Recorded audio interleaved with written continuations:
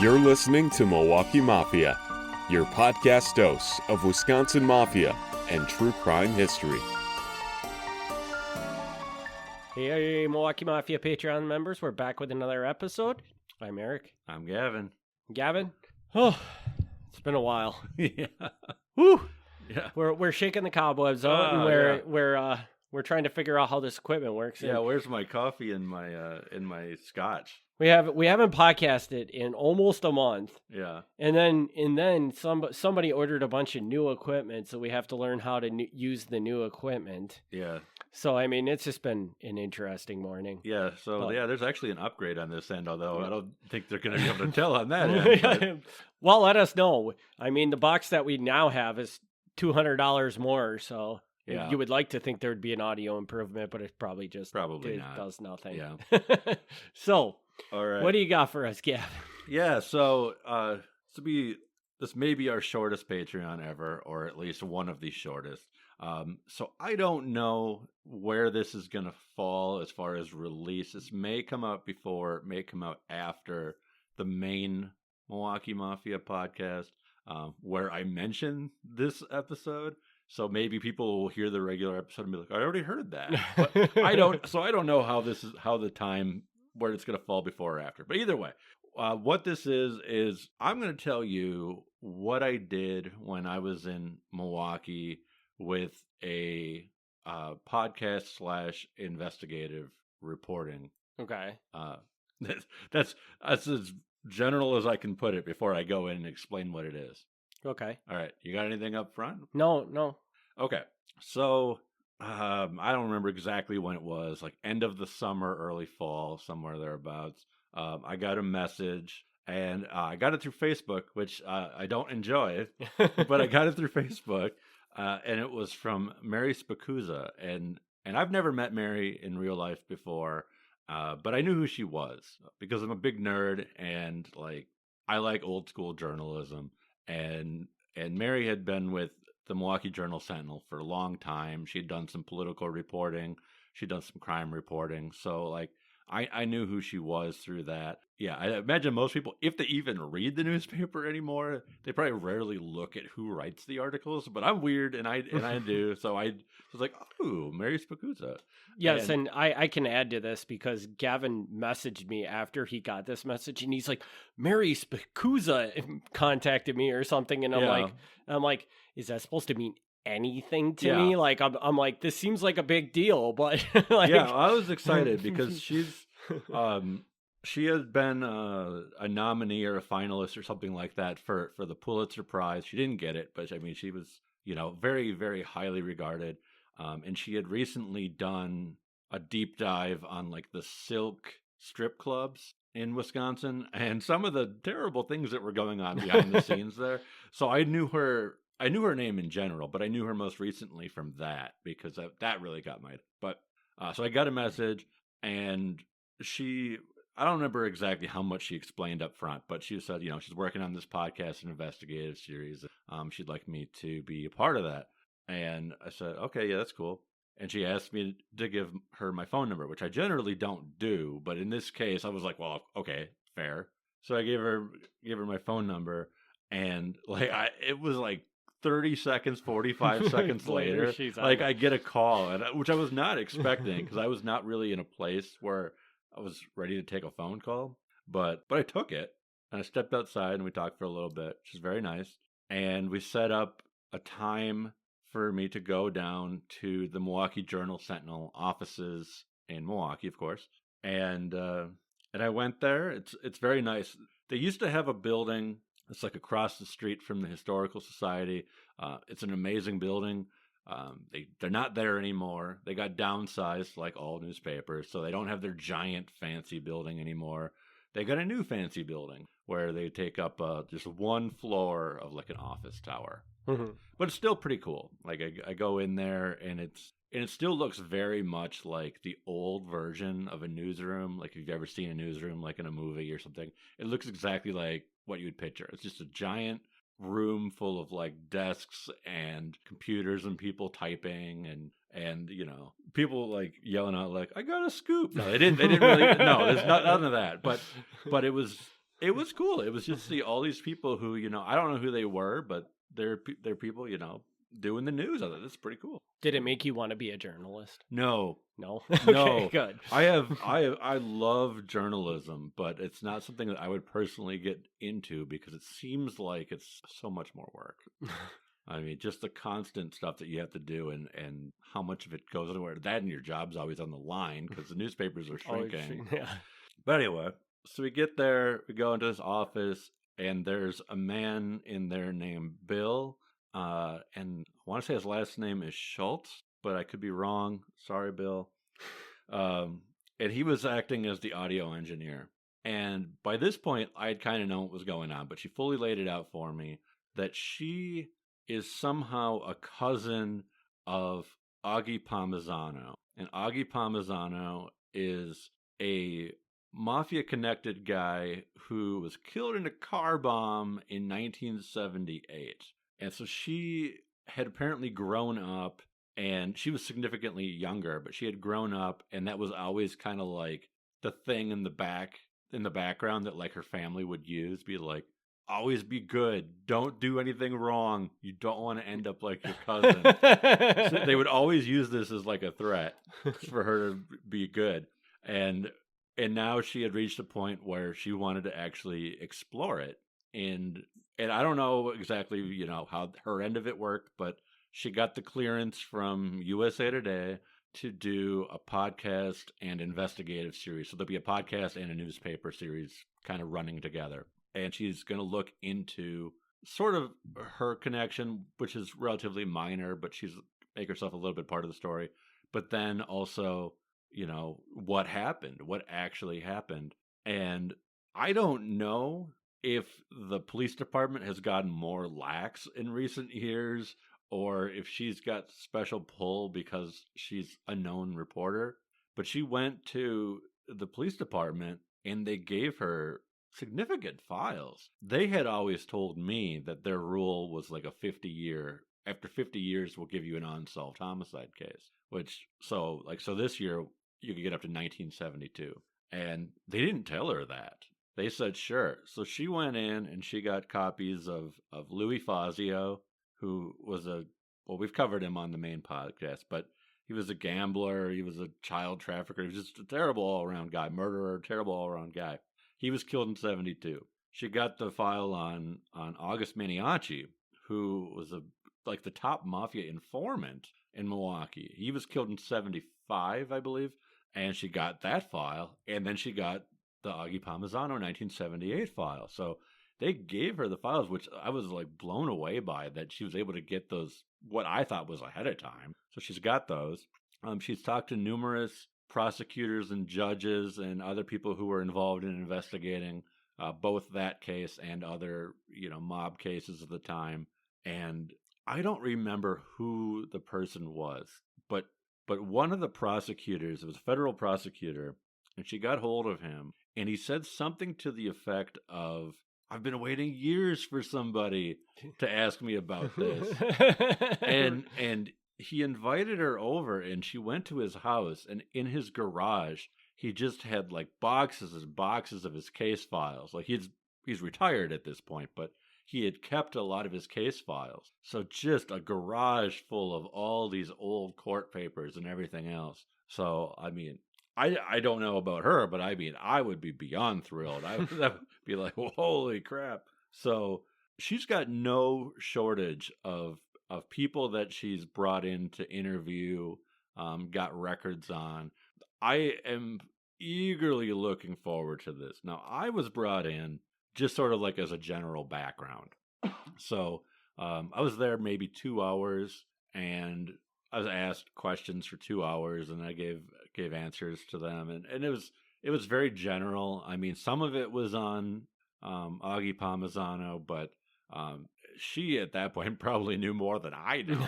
So like I wasn't super helpful in that regard, but just more general background of, what the mafia was in Milwaukee and what things were going on at the time, that sort of stuff. So that was a lot of fun. I was told I might get invited back. I have not been invited back as of this recording, but we'll see. We'll see what happens. But either way, like was super excited to be part of that and getting to hear what was going on behind the scenes with that. I have high hopes that this could be one of the biggest things to come out in a long, long time. I mean, the amount of records and recordings that she's got now is unbelievable. So the golden question is, did you ask her if you could have copies of the records that she has? Yeah. Okay, yes. So we talked we talked about that. And I did ask about that, and I haven't seen those. I haven't seen anything yet, but I did ask, and yeah, she was perfectly happy with making copies or scans of anything. That's cool. Yeah, she wasn't like weird about hiding it. So maybe I got to follow up with her on that. But yeah, as far as I know, she said everything was okay. And does this project have a title or anything as of yet that we can talk about? If it has a title, I don't remember her telling me, but it still seems like it's pretty quiet. I periodically go on Google and I type in her name and then Palmisano, thinking, something will come up, and nothing has come up yet. So I don't know when this is. I was told early 2023, but I don't know any more than that. I mean, my role was very small, relatively speaking, but I was kind of chatty. So I mean, I picked up a few things and super excited. I mean, this is huge. I've been saying since day one. I mean, like for over 10 years now, I've been saying, if somebody else wants to do this work, I mean, do the work. I'll give you what I have and do it. And I mean, and it wasn't because of me saying that Mary did this, but I mean, but this is the kind of thing that makes me happy, is somebody going out there and doing it, because eventually I probably would have written an Augie Palmisano book. Now, I mean, maybe I still will, but it's probably not going to be necessary. I mean, this seems like it's going to be the end of the story. So I'm really glad that somebody picked this up. All your work has not gone to waste. Yeah.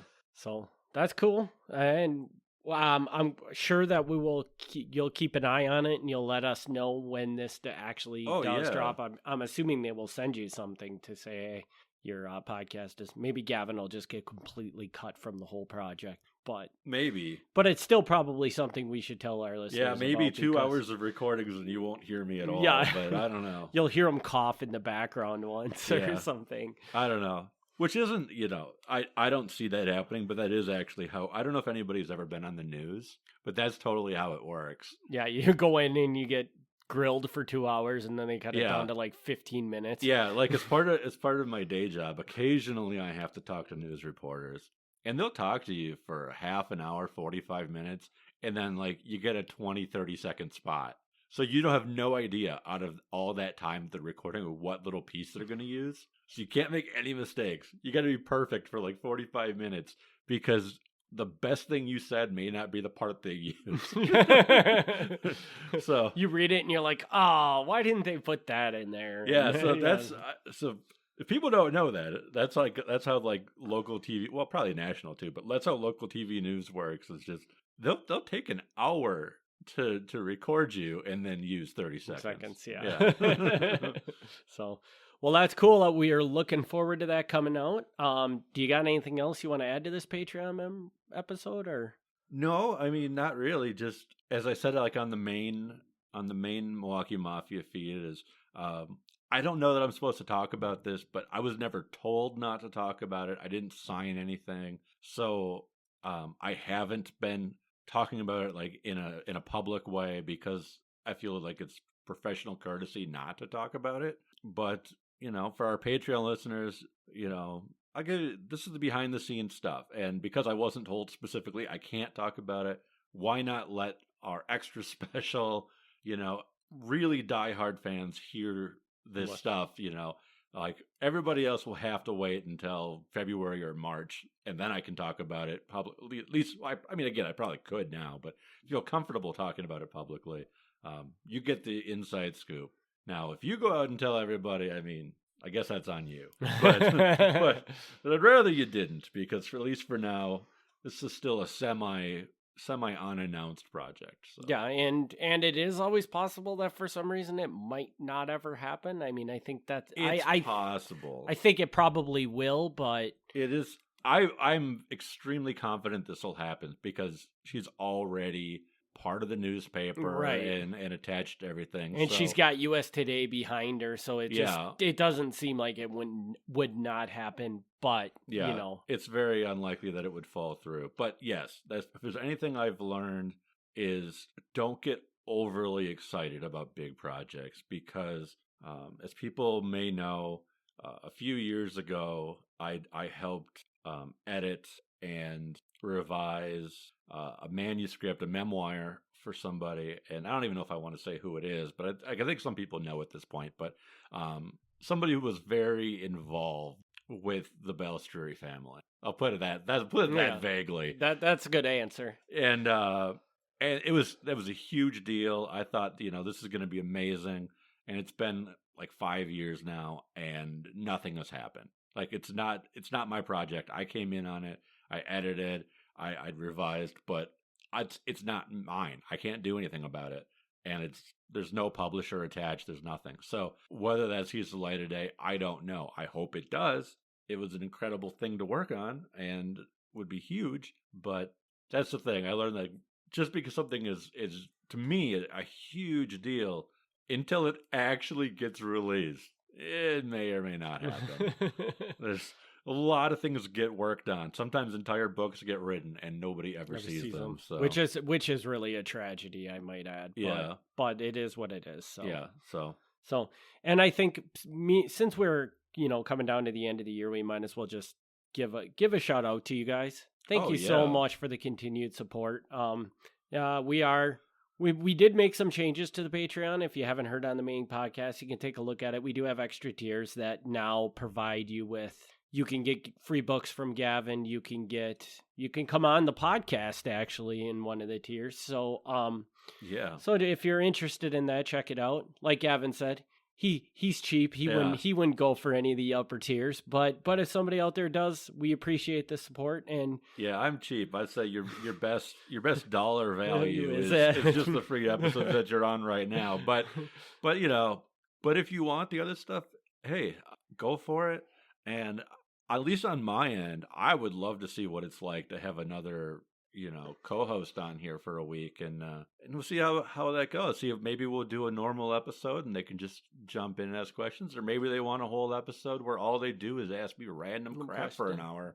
I'm open to whatever. So yeah, so that's out there, and we just want to tell you because me and Gavin were talking about this recently, and if you look up Milwaukee Mafia now, like Gavin always probably owned that search term. But because of this podcast, he now really owns that search term. Yeah. And it's just a thanks to you guys because this podcast exists definitely mainly because of the Patreon members. Because, you are our one revenue source as of right now. Yeah. But we just want to say thank you for that. But even regardless of the revenue source, it's just the ongoing regular listeners that matter. Exactly. And I should say the biggest thing is you are our biggest listeners, probably. Yeah. And we keep track of the stats.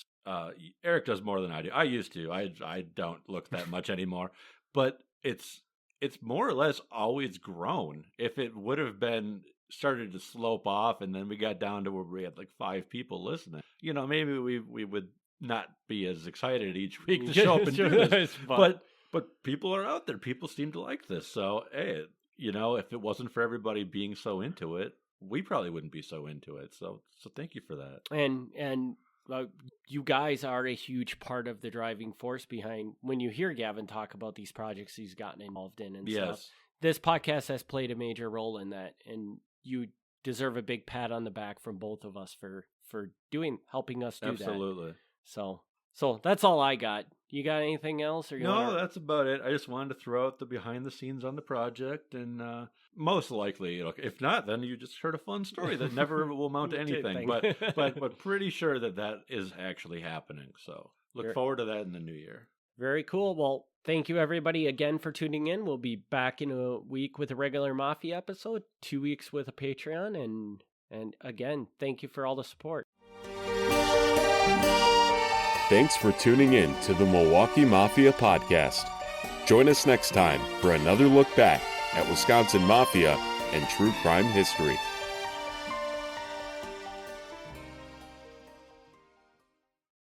Hey there, Milwaukee Mafia listeners. Thanks for tuning into the bonus episode from our Patreon archive. If you want to hear the latest and greatest content, head over to patreon.com/Milwaukee Mafia to join the Patreon today. Catch you on the other side.